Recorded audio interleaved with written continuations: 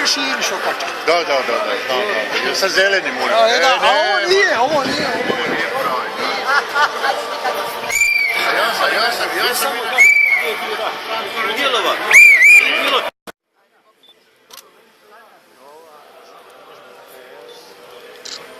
Evo, dakle, za početak razlog vašeg dolaska, što vam sve i točno smeta u dolasku u srbijansko predsjedništvo Hrvatske? Prvo, mi smo došli ovdje ispred Pupovca, jer smatramo da je Pupovac koordinator četnika Vučića. Pupovac je za nas predsjednik države, predsjednik vlade, državni odvjetnik i ministar financija. Najnovije, ako niste znali, ove godine neće više dobivati 30 milijuna kuna, nego 50 milijuna iz državnog proračuna. Što se tiče dolaska Vučića,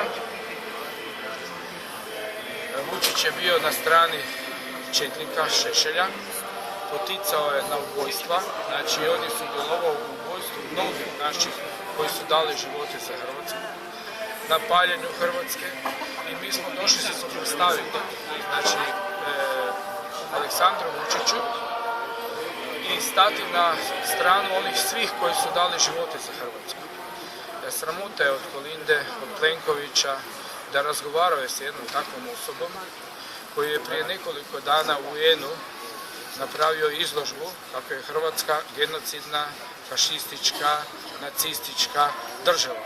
Hrvatska je od 20-ih, 30-ih godina, znači, borila se da bude svoja država, da ima svoja prava, da ne budemo u ropstvu. Znači, nekad Austro-Ugarske, pa onda kralja Aleksandra, pa i za vrijeme Domovinskog rata.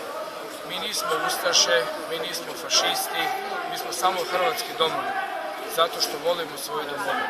Ali smo protiv, znači, Beograda, koji stalno vrši agresiju na Hrvatsku. Znači, vrše agresiju na Hrvatsku tako što stalno pričaju o Jasenovcu, stalno pričaju u svijetu da smo mi genocidni narod, i ako vama to ne smeta, ne i nama smeta, koji smo borili se za Hrvatsku. Takvi susjedi nama nisu dobrodošli i neće biti dobrodošli, koji žele, znači, ponovno osvajanje naših teritorija, koji stalno govore o nekakvim granicama Karlobaga, Virovitica, Karlovac, koji govore da je Knin njihov grad i tako dalje. Znači, sa Srbima nema pomirbe dok ne plate ratnu odštetu, dok ne kažu gdje su naši poginuli iz Domovinskog rata i dok pokažu da su pravi susjedi, a ne da stalno vrše agresiju na nas. Ja vam kažem da mi nismo protiv Srba u Hrvatskoj, jer je bilo puno Srba koji su se borili i koji su poginuli za Hrvatsku državu.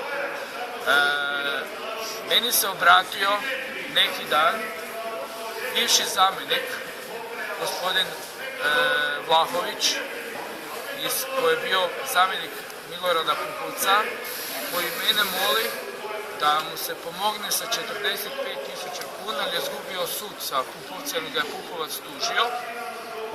I on mene moli, znači zamjenik Srbi, mene moli. Ja sam više puta dokazao da mi nismo protiv Srba. Ja sam podnio kaznenu prijavu protiv poticanja na paljenje Hrvatske, lijepa naša, lijepo gori, i žarimo i palimo. Nisam vam rekao, niste dobili to od mene, ja sam dobio od državnog odvjetništva da tu nema kaznenog djela.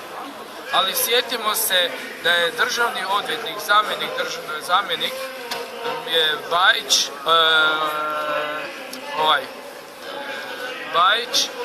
bio zajedno s Pupovcom ovdje iz ovaj kafić naš gledao kad smo mi ovdje imali zadnju tiskovnu konferenciju.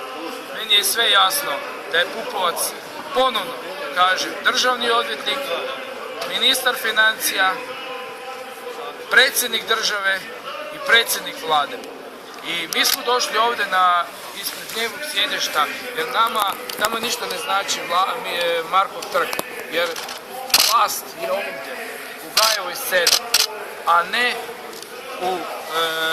na Markovom trgu. Dalje, pozivamo ovdje Vučića da ga pitamo Da li mu je došao njegov tjelohranitelj, četnički vojvoda Vasilije Vidović, koji je predvodio napad na Škabrnju i koji je počinio genocid nad hrvatskim civilima u Škabrnju. Vasilije Vidović sutra će se naći u Gvozdu sa Miloradom Lintom. Znate ko je Milorad Linta? Milorad Linta je vršio isto agresiju na Hrvatsku i on drži biro Krajine, kako se zove u Srbiji, i oni imaju pretenziju na povratak srpskog teritorija na području Hrvatske države. Taj isti Aleksandar Vučić tog Milorada Lintu financira iz državnog proračuna. Milorad Linta, sutra ćete ga vidjeti u Gvozdu. I pitajte ga ko je on, šta on radi, zašto se zalaže. Srbi, ovi veliko Srbi, nisu naši prijatelji, nego su naši vječni neprijatelji od povijesti. Zbog tenzija na hrvatski teritorij. Mi nemamo tenzija na srpski teritorij i nikoga ne napadamo. I još jedan put vam želim reći, mi nismo ustaše, nismo fašisti, nismo nacisti, mi smo hrvatski domoljubi koji smo stali u obranu hrvatske domovine. Ja sam dragovoljac Domovinskog rata iz 1991. godine. I na to imam pravo. Imam pravo stati u zaštitu svih poginulih koji su dali živote. Bio sam u subotu u Krašiću. Na misiji Alojzije Stepinca. Ko je ubio Alojzije Stepinca? Ko je trovao Alojzije Stepinca? 5. kolona Hrvatske, ona jugoslavenska, bolševička, komunistička snaga u Hrvatskoj koja danas vlada u Hrvatskoj. Mi smo pobjedili 1995. u Domovinskom ratu. Oni danas vladaju Hrvatskom koji su izgubili taj rat. I zato želim reći da sam bio kod jednoga najmlađeg političkog zatvorenika, ovdje je Božidar Čuk, tu među nama, koji je ušao u hudu jamu. 3008 je bilo sazidano. Majke s malim djecom umrle su tako. Biskup Košić, kad je vidio, pao je na koljena. Živi zazidani u rudniku. Preko 500.000 Hrvata je posle Drugog svjetskog rata završila na taj način. A nama se stalno prepisuje genocid. Srbi kažu da smo mi genocidni narod. A upravo je srpski Nedić, znači, očistio već 1942. godine Srbiju od Židova. I sada oni su antifašisti, oni su domoljubi, fašistički antifašisti. A mi smo fašisti. Ne, obrnuto. To želim reći i poručiti Kolindi, da ona ne može u ime cijelog hrvatskog naroda pozivati četnika Aleksandra Vučića u Hrvatsku i da je sramotno da od gradu Zagrebu su izvješene srpske zastave. Sramota. Sramota za ovu vlast, jer ovo je antihrvatska vlast koja danas je opljačkala Hrvatsku. Ne mladi odlaze van Hrvatske, odlaze i stari jer su premale plaće. Umirovljenici kopaju po smeću. Donijeli su zakon o ovrhama. Naša draga Kolinda plaće za kim? Za Hanžekovića, koji je kralj ovrha, koji je ubio mnoge obitelji, koji obitelji nemaju za kruh. Mene jučer jedna žena zvala kraj Slavonskog Broda, moli da je posudila za kilo brašna da 3 djece nahrani. Traži pomoć. To je pravo stanje Hrvatske. Oni nas pljačkaju, lažu, varaju i ubijaju na razne načine. I vladaju, gledajte, jedan Agrokor je za mene firma uhljeba.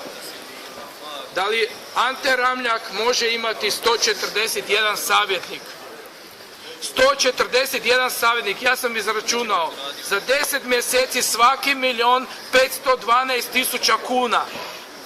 To ne možemo mi zaraditi za cijeli život. Niti vi. Niti vi mediji koji radite. Oni nas pljačkaju. A ko nas pljačka? Djeca komunista, djeca velikosrba, a svi koji su Hrvati, svi koji su dali svoje živote i koji su dali svoje tijelo da se bore za Hrvatsku, ti su građani drugog reda. Iz tog razloga, Kolinda, srami se što si pozvala Aleksandra Vučića, četnika koji pozivao da ubijanje i klanje hrvatskog naroda. Hvala. Sljedeći izbori su hrvatski izbori.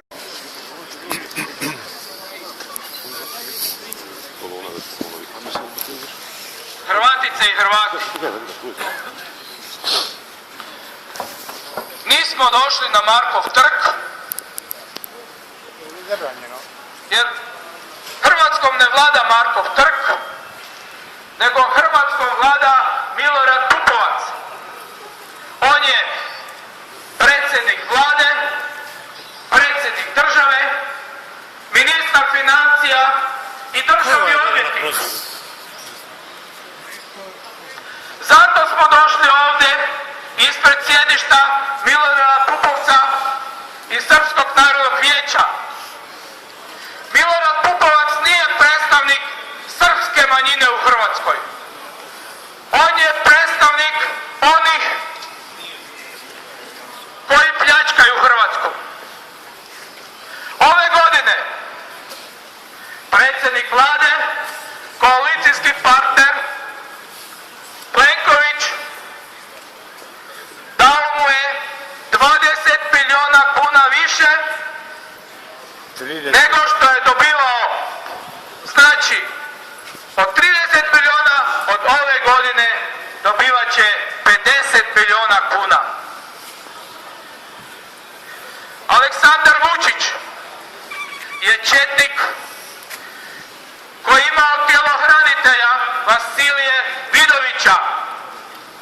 Pa ga pitam, da li je taj tjelohranitelj danas došao zajedno sa Vučićem našoj Kolindici,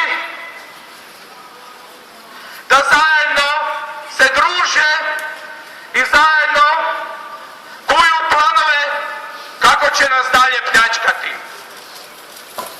kako će nas dalje ponižavati, kako sutra neće biti Hrvatske. Jer srpska politika je velikosrpska politika.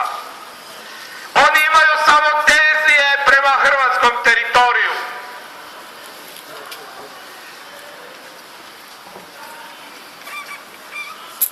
Taj Aleksandar Vučić plaća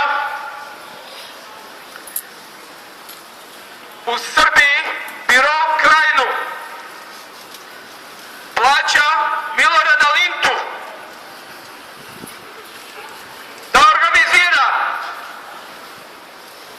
da vrši promidžbu da je hrvatski teritorij srpski teritorij i da će oni kad-tad vratiti se u svoj grad Knin i da će Knin biti srpska krajina. Nikada! Dok smo mi živi, nikad se to neće dogoditi. Da li nam je Srbija platila odštetu? Neće oni danas razgovarati da nam Srbija plati ratnu odštetu. Oni će možda razgovarati gdje su naši mrtvi, ali to su i zadnji puta razgovarali, pa nikakvog rješenja nema. Niti Srbi to ne žele reći. Naš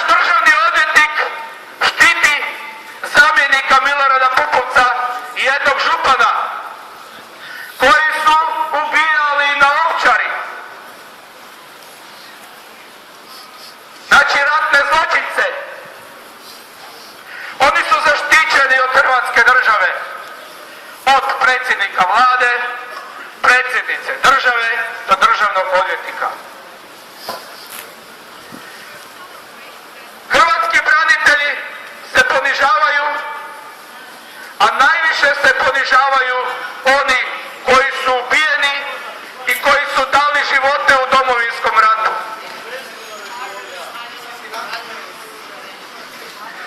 Svaki 9. branitelj svaki dan umire. 50 godina preko 3000 branitelja učinilo je suicid. Zašto? Zbog ove vlasti koja nas ubija, koja nam ne da da živi, a oni pljačkaju hrvatski narod. Vidite u Agrokoru 141 savjetnik za 10 mjeseci, 1,5 milijuna kuna su dobili. A gdje su uhljebi po drugim firmama? Saboru. Mladi, stari, svi koji nisu njihovi moraju iti trbuhom za kruhom van Hrvatske. I radi toga što nemaju posla, i radi toga što su male plaće, mala primanja, jer obitelj ne može preživjeti od mjeseca do mjeseca. A umirovljenici ne mogu ni van, jer su prestari, pa moraju kopati po kantama za smeću. Da smo se mi borili za ovakvu Hrvatsku, za ovakvu Hrvatsku mi se nismo borili. Ali se mi moramo boriti za pravnu i za demokratsku Hrvatsku. I to je naša sveta dužnost za sve one koji su poginuli u svim ratovima za Hrvatsku. Bacaju nam etikete da smo mi genocidni narod, spočitavaju nam Jasenovac. Vidite, a Njemačku niko ne napada da je nacistička, fašistička ili Italiju. Ali mi smo stalno na tapeti velikosrpske politike. Od Aleksandra Vučića, Vojislava Šešelja, Vujina Dačića ili Milorada Pupovca ili Milorada Linte.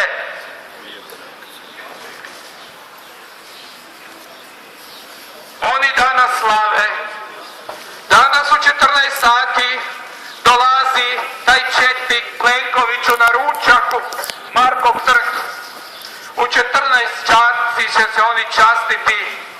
A mene zove jedna jučer žena, plače da je posudila kilu brašna da prehrani 4 djece. To je pravo stanje u Hrvatskoj. To je pravo stanje u Hrvatskoj.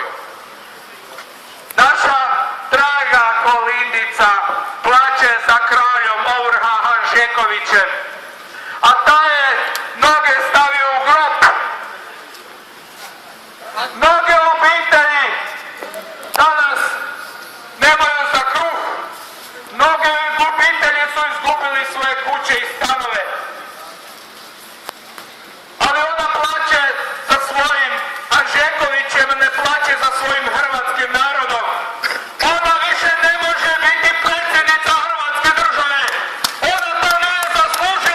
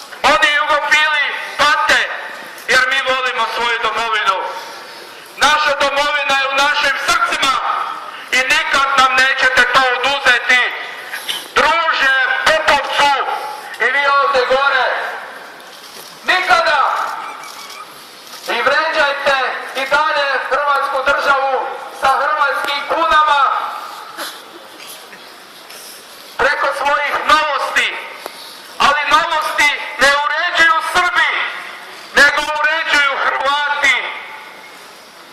Feralovci, oni koji su 90. godina bili protiv Hrvatske, oni su plaćeni od Milorada Pupovca. A ne zaboravite da su oba dva brata Milorada Pupovca bili u četnicima. Četnicima su oni bili. A gle, danas Milorad Pupovac ima lagodan život, a oni koji su branili Hrvatsku, oni imaju težak život. Tu vidim neke branitelje koji žive od 600 kuna, 800 kuna do 1200 kuna. Oni vi možete preživjeti s 1200 kuna, a oni ne mogu preživjeti sa 80.000 kuna. Njima to nije dosta. Morat će se dići protiv ove vlasti i hrvatska policija. Kao što se to u drugim državama digla. Hrvatska policija treba stati u svoj narod i štititi svoj narod, a ne štititi mafiju na vlasti. Mafija nam je danas na vlasti. Mi nemamo mafiju, nemamo kriminalne organizacije, ali imamo mafiju i kriminalnu organizaciju na vlasti. I zato sada će vam se obratiti Nikola Lukić, dopredsjednik Autohtone Hrvatske stranke prava, a nakon toga Silvio, a onda krećemo prema srpskom veleposlanstvu. Navik valja. Broj 2.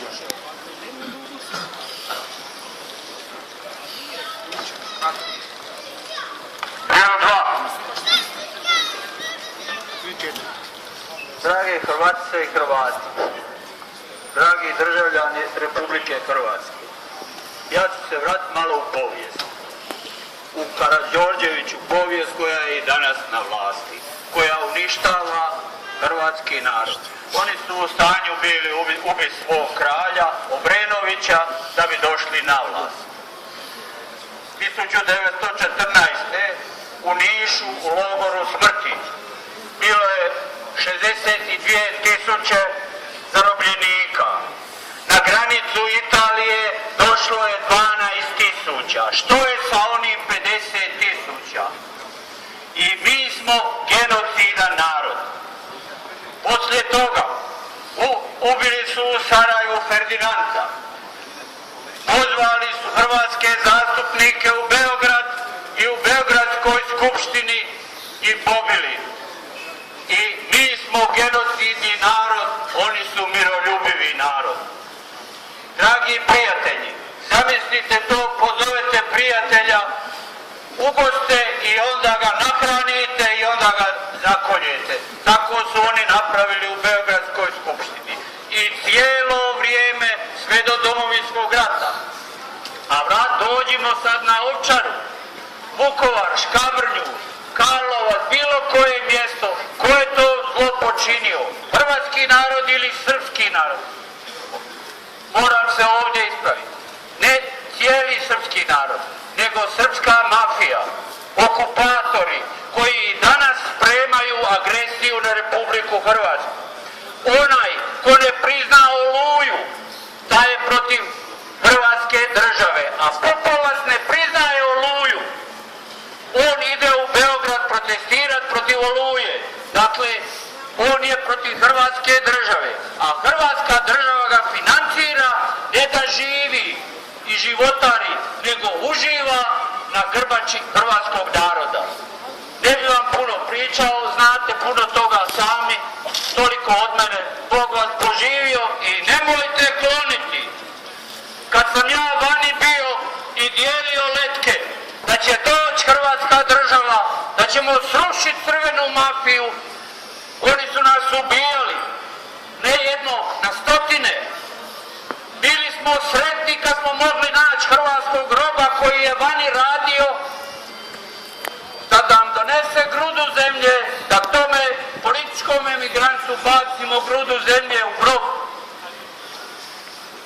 Evo ovi naši branitelji koji su pali u Hrvatskoj državi, oni imaju na tone zemlje. ali on je bio sretan, to mu je bila posljednja želja ako ga ubiju, da mu bacimo grudu zemlje. Ja bi vam pokazao neke od njih.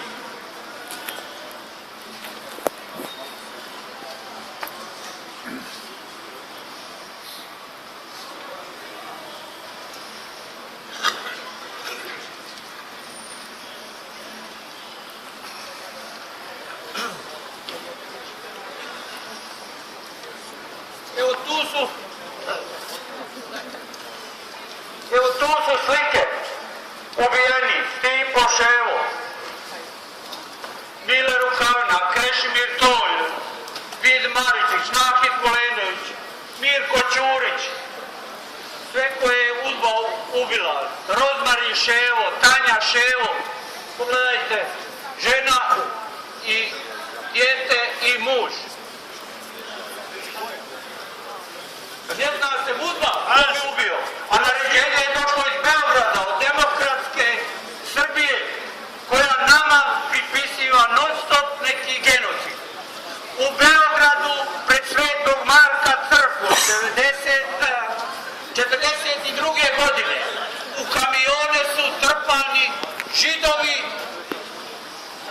i tu su bili i crkveni velodostojnici na tome ispraćaju, trpani u kamione. A našem kardinalu Stepincu pribacivaju da nije spašavao ljude, on je spašavao sve. Nije gledao na naciju, ni na vjeru, ni na spašavao je svakog čovjeka kojega se moglo spasiti. A Rim šalje u Beograd. Šta vi mislite, da li da kardinal se proglasi svetim ili ne? Pa jer to nije aparatur. To je strašno što se događa hrvatskom narodu. Što su htjeli? Zašto su kardinala Stepinca osudili? Beograd ga je osudio, ne Hrvatska. To su pijuni bili Beograda. Osudili su ga radi toga jer nije htio odvojiti se od Rima. Jer da se ono odvoji onda od Rima, onda bi nas potukli kao što su potukli pravoslavne svećenike koji su bili Hrvatska pravoslavna crkva, koji su vodili Hrvatsku pravoslavnu crkvu, islamske vjerodostojnike. Ubili su 8 generala u nezavisnoj državi Hrvatskoj koji su bili Srbi. Ubili su 4 koji su bili muslimani. Ubili su 28 koji su bili Židovi, jer su to sve zločinci. Rušiti svaki poredak koji ne valja, ali ne državu. Onaj ko ruši državu, taj je zločinac. Rušiti poredak svaki. To moramo činiti. Ako ne valja vlada, treba je smijeniti. Kako možete primiti jednog takvog huškača na hrvatski narod, na hrvatsku državu? U čemu je on razlika od Šešelja, od Arkana, od svih tih koljača koji su klali i palili po Hrvatskoj? U čemu je on razlika? Isti koji on se nije ogradio, nije rekao ja sam pogriješio. Ne, on i danas zagovara četništvo. Dižu spomenik Draži Mihajloviću. Pjevaju pjesme šta se ono iza brda sjaji, Đujićeva kokarda na glavi. To crkveni veledostojnici pjevaju. I to je demokratska Srbija. I ona nama drži lekciju. A naši pognute glave šute. Pa kad ćemo jednom reći dosta? Pa nemam ja ništa protiv da imam dobrog susjeda. Pa dapače, ima ona poslovica, kaže prodajem kuću za 2 miliona, a vrijedi samo 1 milion. Pa zašto? Pa zato što dobar susjed vrijedi 1 milion. Ništa mi protiv dobrog susjeda nemamo. Dokle će hrvatski političari, traži Bosna svoje, traži Crna Gora svoje, odrecite se vi malo ovoga, Slovenija svoje. Dokle ćemo mi stalno davati i uzmica? Hoćemo li stati na brani domovine i brani domovinu? Ja ne razumijem više zašto ti ljudi primaju novac. Toliko od mene, Bog vas poživio.